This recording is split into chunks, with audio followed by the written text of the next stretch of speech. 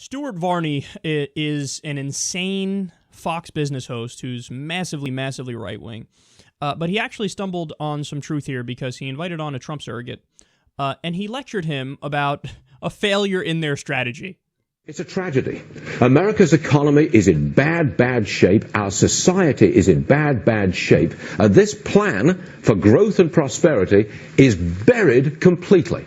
I think Trump needs to talk about it more. But, you should lead every speech with the idea that this is a I got to fault your candidate. I got to fault him. The so-called Gettysburg address. He raises the issue of suing his women accusers. He brings these women back into the picture. I mean, come on. This is a tragedy for America. It's not, she keeps saying it's all he's got is tax cuts. It's regulatory reform, which is huge. It's trade reform, huge. Energy reform, huge. And I think also, if you have faster growth, you're going to have a stronger fiscal security for the country and a stronger national I'm with you all security. The way. They go together. With you all the way? Growth and prosperity? Let's talk about those every day and put aside. Have him talk about it have him pound the table for prosperity and growth, please. One of the problems is the corruption in Washington is too giant a problem to not raise. No, one of the problems is your candidate who can't stay away from talking about women and his accusers. Come back later, okay? Okay. That is totally out of character for Stuart Varney. Stuart Varney is usually the number one Republican apologist across the board. Doesn't matter what Republican you're talking about. He's going to go out there and defend them and do it passionately. He couldn't bring himself to do it with Trump here because he's so angry and so frustrated at how shitty he's been in terms of the framing and what he discusses. So what he's referring to there is this economic speech, this big-time, plan to revive America speech that Trump gave. The first 15 minutes of the speech was him talking about the female accusers. I'm going to sue them all. I'll sue them after the election. Wait, hold on. Why don't you sue him now if you're going to sue him? Well, he's not going to sue him now because all the information comes out during the election if he sues them now. So you got to wait for after, and he's not going to end up suing them. So he made it personal. It was all about him in the first 15 minutes. It was weird. It was creepy. And then he got to some actual policy proposals. And the policy proposals, some of them were just absolutely disastrous.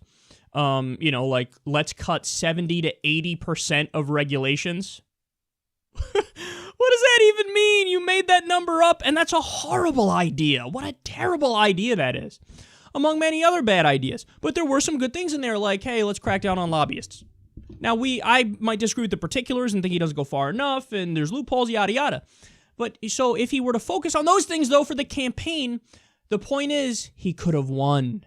And I go further. I say he would have won if he had such an opportunity and such an opening where if he was able to put aside how, crazy he is and how much he gets triggered and dragged in and baited to discussing issues that are personal in nature and scandalous, if he was able to somehow fight off that urge, which it might not be possible for him, but if he was able to do that, and if he only spoke about corruption, NAFTA, TPP, Social Security, he's the lone Republican that defends entitlements, and foreign policy, if all he did was say, she's too hawkish, I'm going to keep our troops here at home and rebuild America.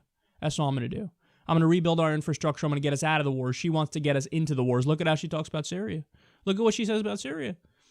So if he hammered away on foreign policy, I'm the candidate of peace, she's the candidate of war. If he hammered away on corruption, look at all the money she's taken, and he can't say he actually did self-fund his campaign because he didn't, but he probably would say that and lie.